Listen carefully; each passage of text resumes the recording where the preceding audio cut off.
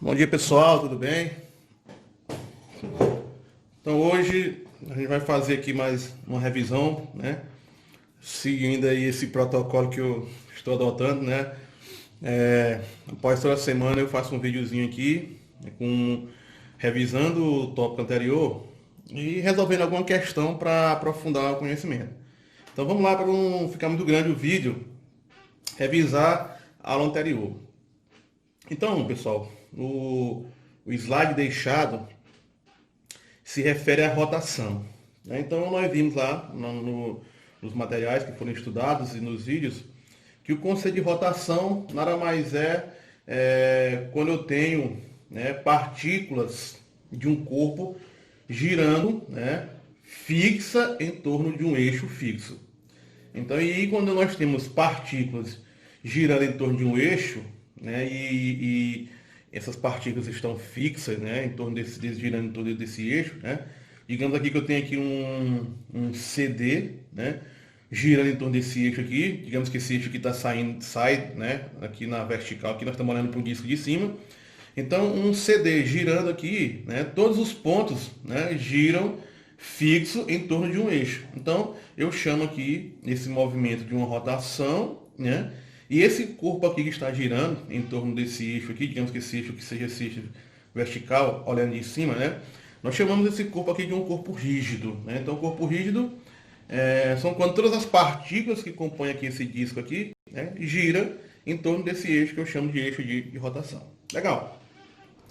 Então, olha, é interessante, pessoal, que os espaços percorridos aqui, né, diferentemente da translação, digamos que eu tome aqui um eixo de referência, que eu tracei aqui um plano aqui, um eixo XY, né, tá aqui o eixo de rotação sai, né, aqui na perpendicular aqui do plano do caderno.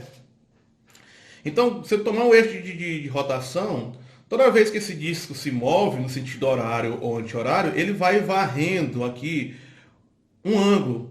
Ao invés do disco sair transladando, né, deslocando ao longo do eixo X, ou ao longo do eixo Y, ou ao longo de um eixo Z, não. O disco se movimenta apenas de forma circular, né, girando em torno de um eixo. Então, isso que nós chamamos de rotação. E nós tomamos um eixo de referência, e por esse eixo de referência aqui, né, digamos que eu pego um eixo de referência no disco, o espaço varrido por ele é um espaço angular, né? Esse espaço varrido não é mais uma distância x ao longo de um eixo, mas vai varrendo, olha, perceba aqui, quando eu digo que eu pegar um ponto aqui na borda do CD.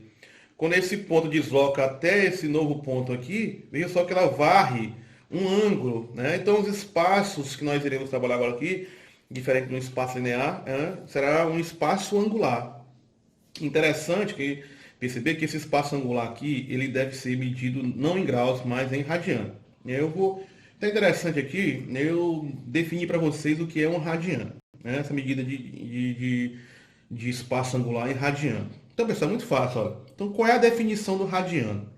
A definição do radiano é muito simples, pessoal. O que é um radiano? O que seria um radiano? Um radiando, né? Ou seja, um radiando seria um ângulo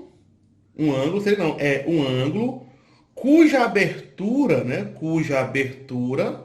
Ou abertura do ângulo delimita um arco S, ou seja, vejam só que quando esse eixo saiu daqui para cá, ela percorreu uma distância S aqui ao longo da circunferência, né? Chamamos de S. E essa circunferência tem um raio R. Então, o que é um radiano? Um radiano, pessoal, nada mais é um ângulo, a abertura de um ângulo, certo? Que delimita um arco, que o tamanho do arco S tem o mesmo tamanho do raio. Então, se eu medir aqui o tamanho do raio da circunferência, e se eu medir o arco que o ângulo delimita, e se esse S aqui for igual ao tamanho do raio, então eu digo que esse ângulo aí é um radiano. Ou seja, o que seria um radiano? A relação que existe entre o ângulo e o arco aberto e o raio, você já sabe, é muito simples, né?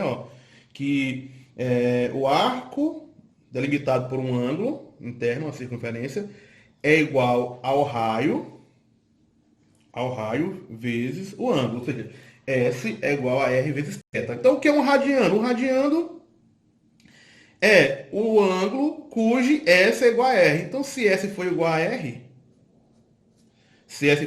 eu tenho que θ é igual a S sobre R.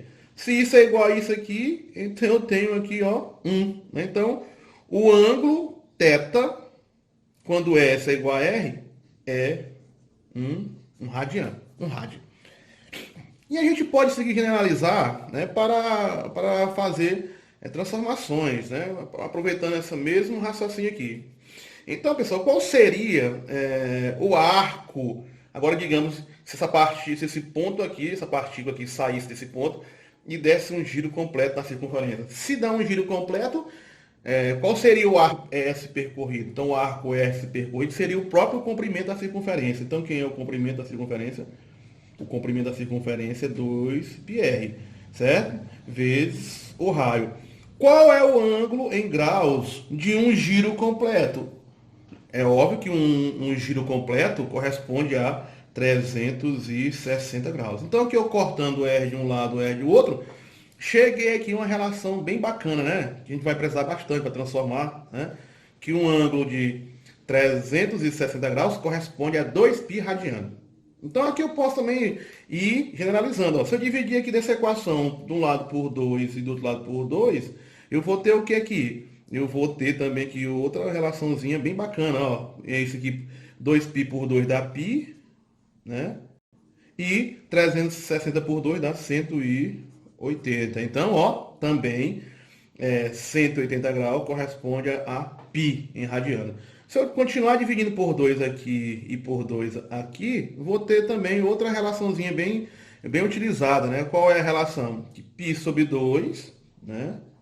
Π sobre 2 é igual a 180 por 2, corresponde a 90 graus. E com essas relações aqui, vocês podem fazer qualquer transformação usando a regra de 3, né? Usando esses parâmetros aqui, né? Ou seja, 90 graus corresponde a π sobre 2. Aplica uma regra de 3 simples aí e você consegue realmente rapidinho definir isso. Legal? Então, olha, o estudo da rotação, pessoal, é muito fácil porque você pode fazer paralelos com a translação, né? As equações das translações, ela pode, você se compara com a rotação e você apenas vai trocar as variáveis, né? Um espaço linear você troca pelo espaço angular, θ, a velocidade v você troca por ômega e a aceleração a você troca por alfa, mas a aplicação e a resolução é a mesma coisa. Então vamos lá, olha. Vamos para essas variáveis aqui na rotação. Então nós vimos aqui, ó, que o espaço angular, né, na rotação, ao invés de ser um espaço x, o espaço percorrido é um ângulo θ. Então, digamos que eu pego uma partícula lá na superfície, né, que deslocou inicialmente esse ângulo aqui, né, esse ângulo θ inicial aqui, e depois de um certo tempo ela percorreu esse novo ângulo aqui, que eu vou chamar de θ2 aqui. Então, esse espaço percorrido, né, no movimento é que nós chamamos de variação do espaço angular. Então, essa variação do espaço angular é muito fácil. Olha.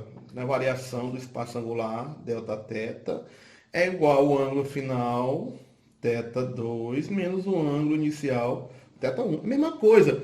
Na translação, nós usamos quem? Δx é igual a x2 menos x1. Aqui é a mesma coisa, mesmo raciocínio.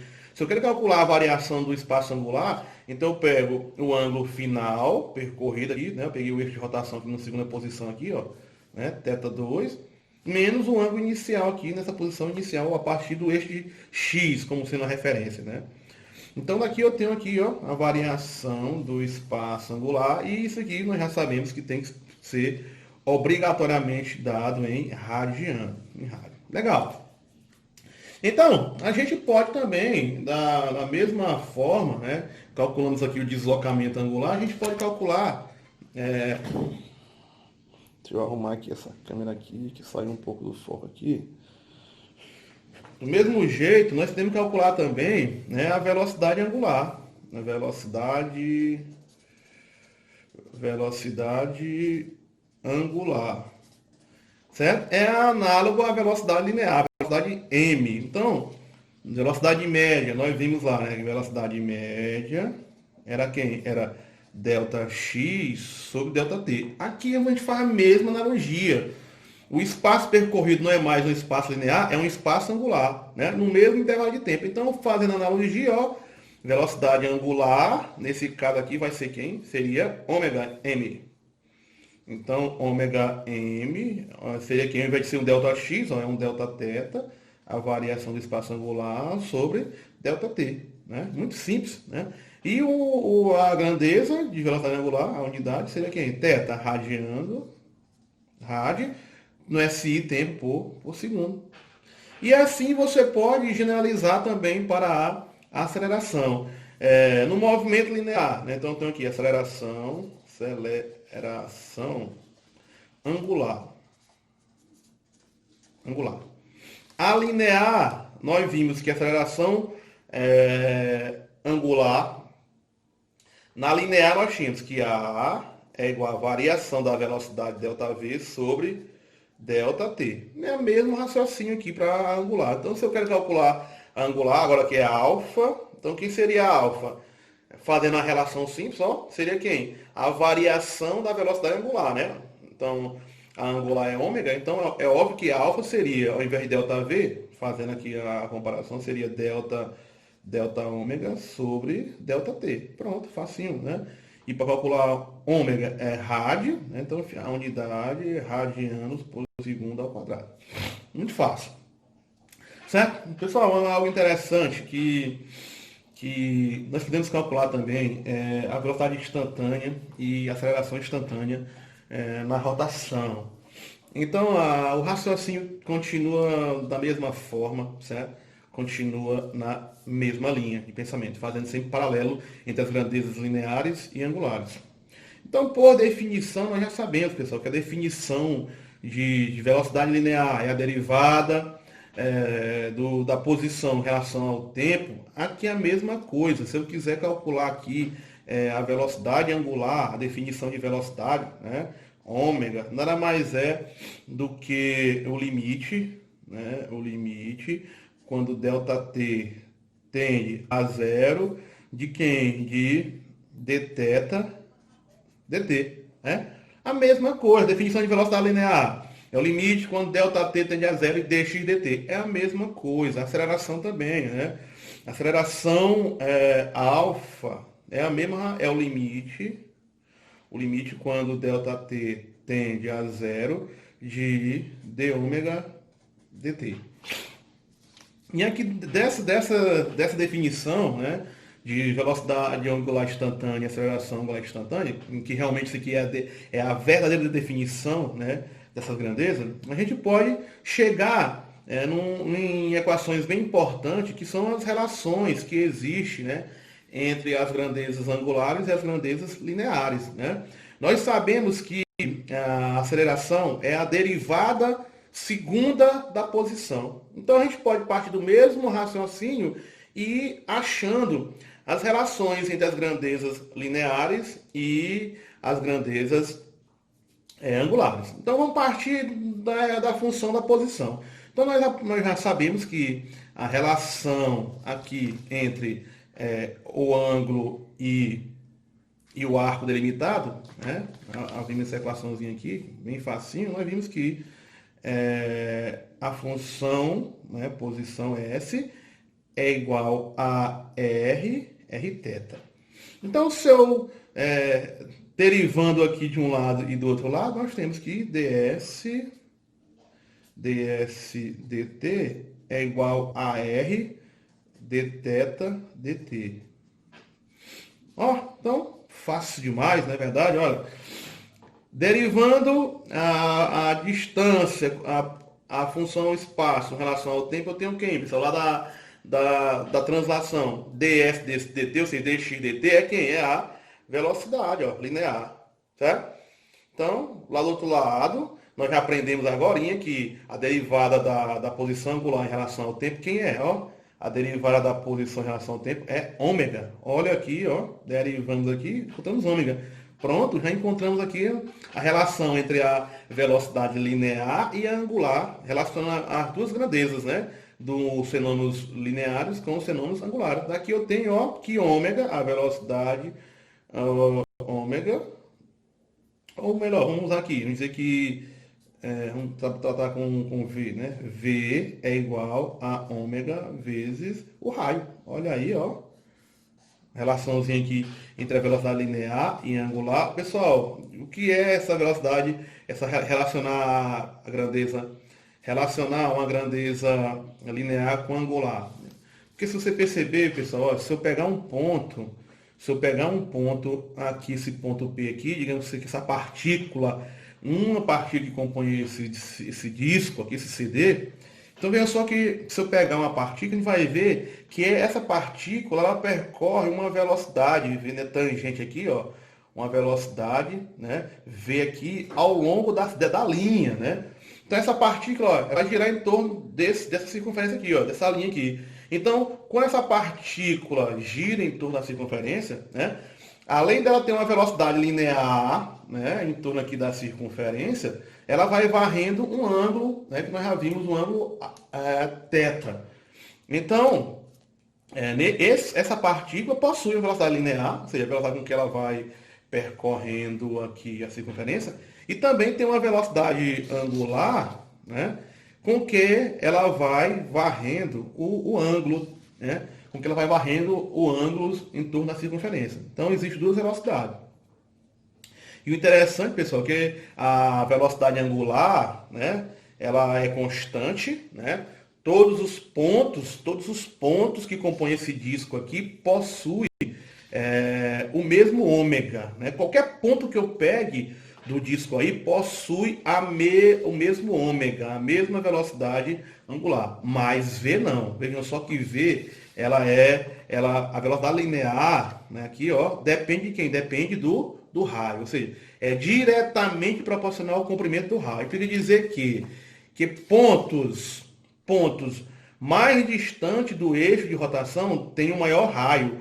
Então, a velocidade linear é maior, ou seja, se eu pego uma partícula aqui na borda do disco, pego uma partícula bem aqui, olha, vejam só que o raio dessa partícula aqui é metade do raio da partícula nessa posição aqui. Quer dizer que uma partícula nesse ponto aqui, ela gira, ou seja, cumpre aqui uma circunferência aqui agora, ó, com velocidade metade. Então, a velocidade linear ela é diferente da angular. A angular é a mesma para todas as partículas. A linear não. A linear depende da distância que a partícula se encontra do eixo de rotação. Legal? E a gente pode também generalizar, se eu derivar agora aqui essa equação aqui agora, derivando o que nós encontramos, derivamos a função posição, né, encontramos a velocidade. E é sabido que se eu derivar a velocidade, eu vou encontrar a aceleração. Então vamos derivar isso aqui. Então, ó, derivada da velocidade com relação ao tempo é igual a d ômega dt. Esse R aí, né? Constante ali. Nós vimos na mecânica 1, né, na translação, que a derivada da velocidade com relação ao tempo, quem é a aceleração tangencial, né? E d ômega dt, nós vimos aqui agora, né? Cadê? Que a derivada, né, de d ômega dt, isso aqui é a aceleração tangencial alfa. Pronto. Aí chegamos agora aqui numa nova equação que relaciona as grandezas linear. Agora eu tenho aí a grandeza, a aceleração tangencial, né? É igual à aceleração angular vezes o raio. Então vejam só que essas definições são muito simples, né, da gente definir. Então vamos seguindo rapidinho aqui. Vamos aqui para mais uma aplicação aqui. Vamos calcular aqui agora a energia cinética de rotação. Deixa essa figurazinha aqui que eu vou utilizar ela daqui a pouquinho para algumas definições aí. Certo? Então, pessoal, olha, voltando ao que nós tínhamos anteriormente lá, se eu quero calcular a energia cinética de uma partícula, né, que está girando, nós vimos, né, que a energia cinética é um meio de mv ao quadrado. A energia cinética é um meio de mv ao quadrado. Isso se eu quero calcular uma única partícula, né, uma única partícula do disco anterior, né?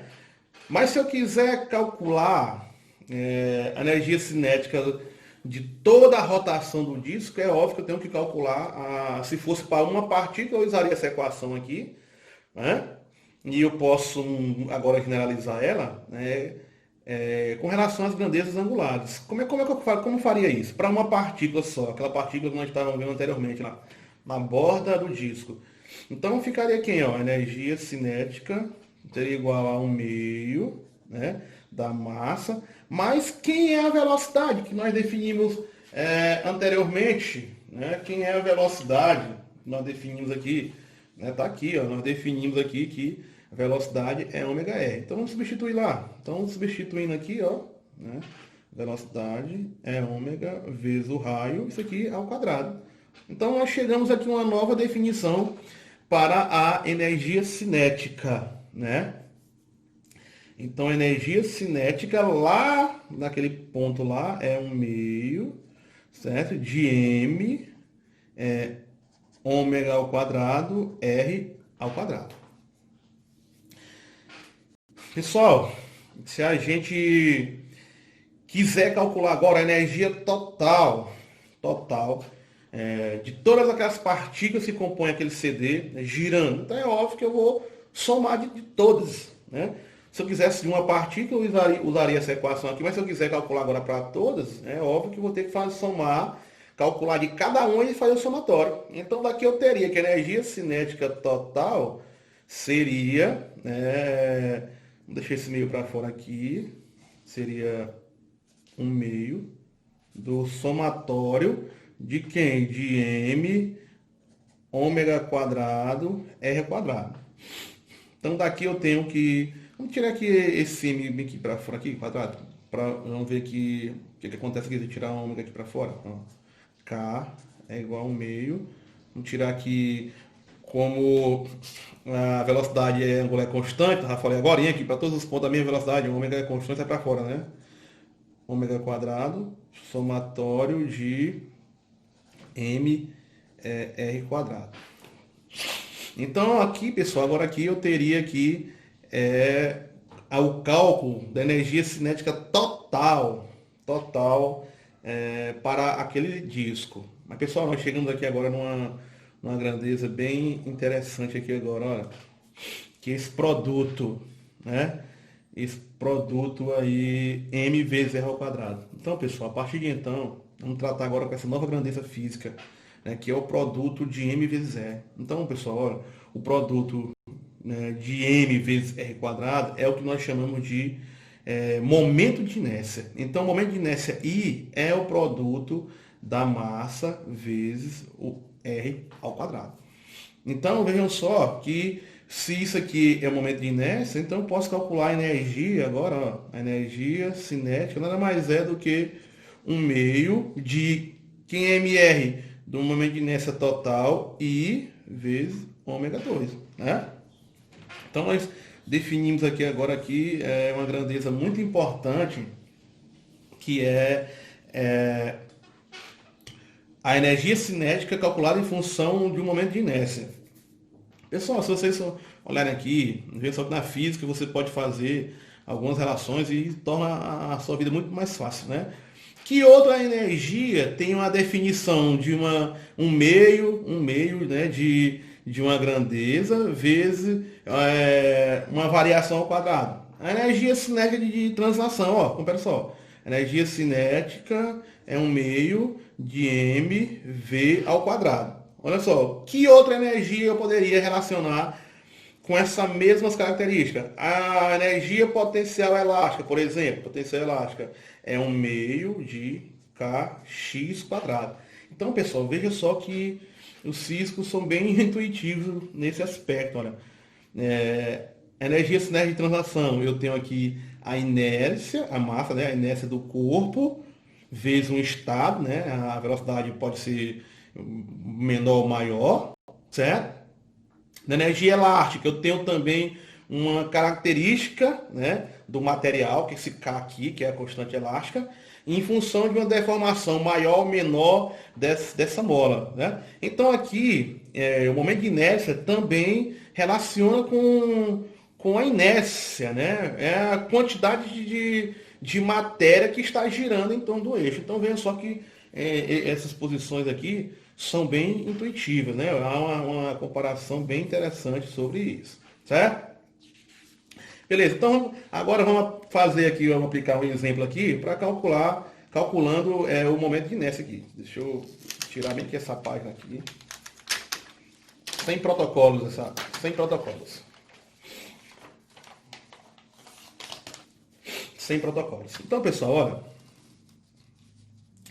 aproveitando aqui essa figura aqui, a gente vai calcular agora aqui o momento de inércia para um anel. Então, vamos calcular o momento de inércia para um anel. Então, como proceder para isso aqui? Olha?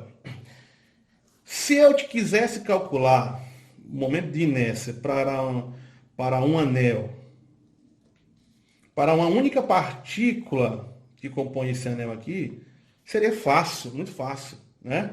Porque eu teria o momento de inércia, é igual a quem? Seria igual a massa da partícula vezes o seu raio ao quadrado. Só, pessoal, que com essa equação aqui vai ficar meio difícil trabalhar para fazer essa equação, essa conta. Por quê? Porque esse anel aqui ele é composto, né, de várias partículas, né? Tá aqui esse anelzinho aqui, né? É um anel, certo? E esse anel aqui é composto de várias partículas, né? Tá aqui um anelzinho de massa M, né? Composto de várias partículas. Então ficaria muito difícil eu sair calculando partícula por partícula para depois somar e obter o momento de inércia desse anel todo. Então nós aprendemos lá no cálculo que para as situações complexas, onde eu tenho muitas partículas, muito juntas, né, fica difícil separar uma da outra. Então, o cálculo nos deu um artifício matemático que nos permite fazer esses cálculos de forma bem simplificada, né, que é o cálculo integral. Então, se eu aplicar uma integral aqui nesse anel aqui, a minha vida é bem facilitada. Então, dessa forma aqui, eu vou generalizar e definir que o cálculo do momento de inércia nada mais é do que o somatório, né, de todos os momentos, de todas as partículas que compõem esse anel, né, esse anel aqui, né, de comprimento L, certo? E quando eu somo todas as partículas que compõem esse anel, nada mais é do que eu calcular a integral. Então eu tenho que a definição do cálculo do momento de inércia é a integral, né, de r quadrado dm. Legal. Então vamos tratar aqui com esse anel aqui. Pessoal, esse dm aqui é importante a gente fazer essa observaçãozinha aqui. Vou até trazer para cá, né? Esse dm, ele vai assumir características, né, que nós já vimos lá nas questões que envolvem centro de massa, né, que esse dm aqui, ele vai adquirir características dependendo do problema que eu estou tratando, né? Se eu estou tratando com a distribuição de massa em torno de uma linha, então eu tenho que dm é lambda dl, ou seja, a densidade de massa, né, por comprimento, né? E se eu estiver tratando com questões de uma quantidade de massa em uma superfície, eu tenho que o meu dm irá assumir sigma dA, né? E se eu estiver tratando com uma quantidade de massa distribuída por um volume, o meu dm vai assumir ρ dV. Então, dependendo do problema que vai ser me submetido à resolução, eu vou ter que ter essa observação, né? Que o meu dm, né? Uma quantidade de massa de um diferencialzinho, né? Que eu pegue da figura que eu esteja trabalhando para calcular esse momento de inércia aí, ele depende muito bem de qual problema eu esteja trabalhando. Ele pode ser esse meu diferencial de massazinho aqui, né? Ele pode assumir um tratamento, né, linha, né, lambda DL, ou eu posso tratar com a questão, por exemplo, se eu quisesse aqui fosse um CD, um CD de uma área que eu quiser calcular o momento de inércia da área total de um disco, né, de um CD, por exemplo, né? Então eu ia utilizar a densidade de área, e se eu quisesse calcular de um volume, eu utilizaria a densidade volumérica, né? Mas no nosso caso aqui, para o nosso problema, nós estamos utilizando aqui um anel, né? Um anel de massa M, né? E comprimento L. Então vamos tratar desse anel aqui no nosso problema aqui que a gente vai resolver aqui. Legal. Então, tratando para o anel, se eu quiser calcular o momento de inércia total desse anel, então quem é I? I nada mais é do que a integral de R dm.